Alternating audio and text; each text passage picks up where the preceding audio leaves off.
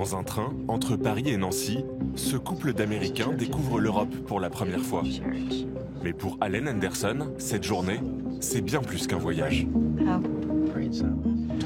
J'ai été bouleversé de découvrir que j'avais un demi-frère. Surtout en France. Quelle surprise!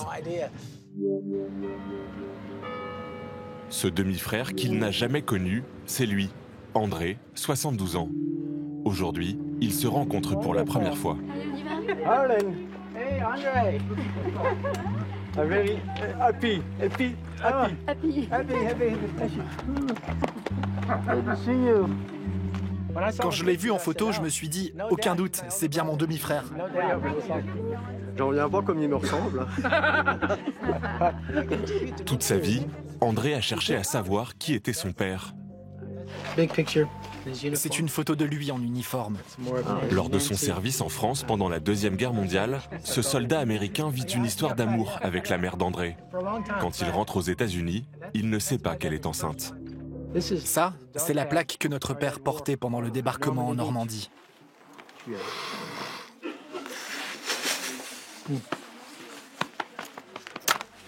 Si Allen et André ont pu se retrouver, c'est parce qu'ils avaient tous les deux commandé sur Internet un test génétique.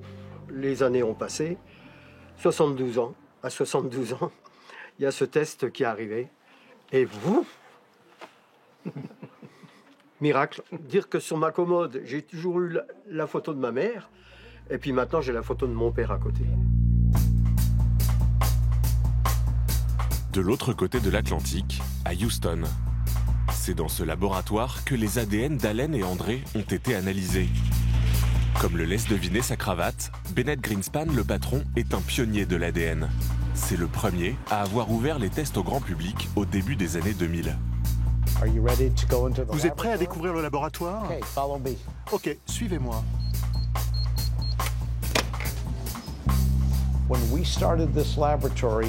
Quand on a ouvert le laboratoire en 2005, le coût du séquençage complet d'un génome humain était de 250 000 $.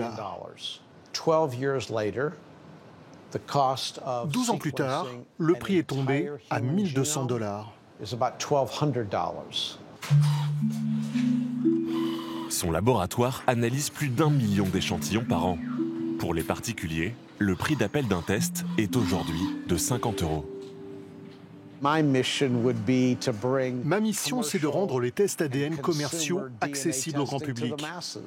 Ce n'est que maintenant, au début du XXIe siècle, que l'on apprend à lire ce grand livre qui va nous permettre de découvrir notre histoire.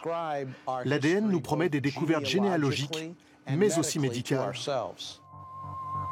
Pour savoir ce que peut révéler mon ADN, j'ai décidé de faire le test.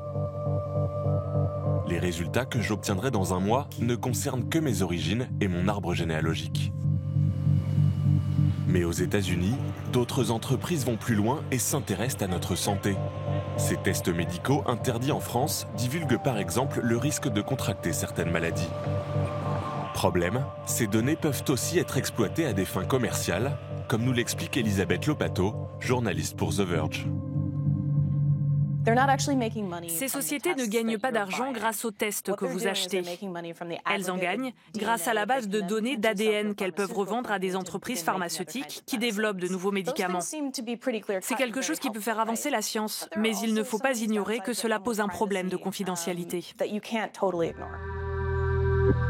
Qu'en est-il de l'intérêt de ces tests médicaux? Selon Hank Greeley, professeur à Stanford, l'interprétation des résultats pose problème. Exemple avec le cancer du sein. Si votre test est positif, cela montre que vous avez un risque fort d'avoir un cancer du sein. Mais si votre test est négatif, cela ne veut rien dire. Vous pouvez très bien développer une autre mutation génétique qui cause cette maladie et n'a pas été testée. Donc si votre test est négatif et que vous vous dites « Ok, très bien, je n'ai plus à faire de mammographie, plus besoin de me faire dépister », c'est une erreur fatale.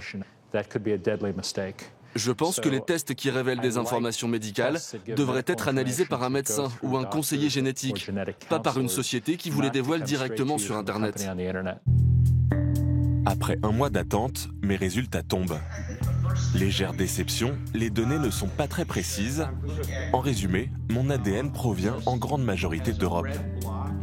Pas de demi-frère caché, ni de révélations fracassantes sur ma famille ou mes origines. Mais pour certains, les résultats du test peuvent être traumatisants. Que se serait-il passé si j'avais découvert que mon père n'était pas mon père, par exemple ?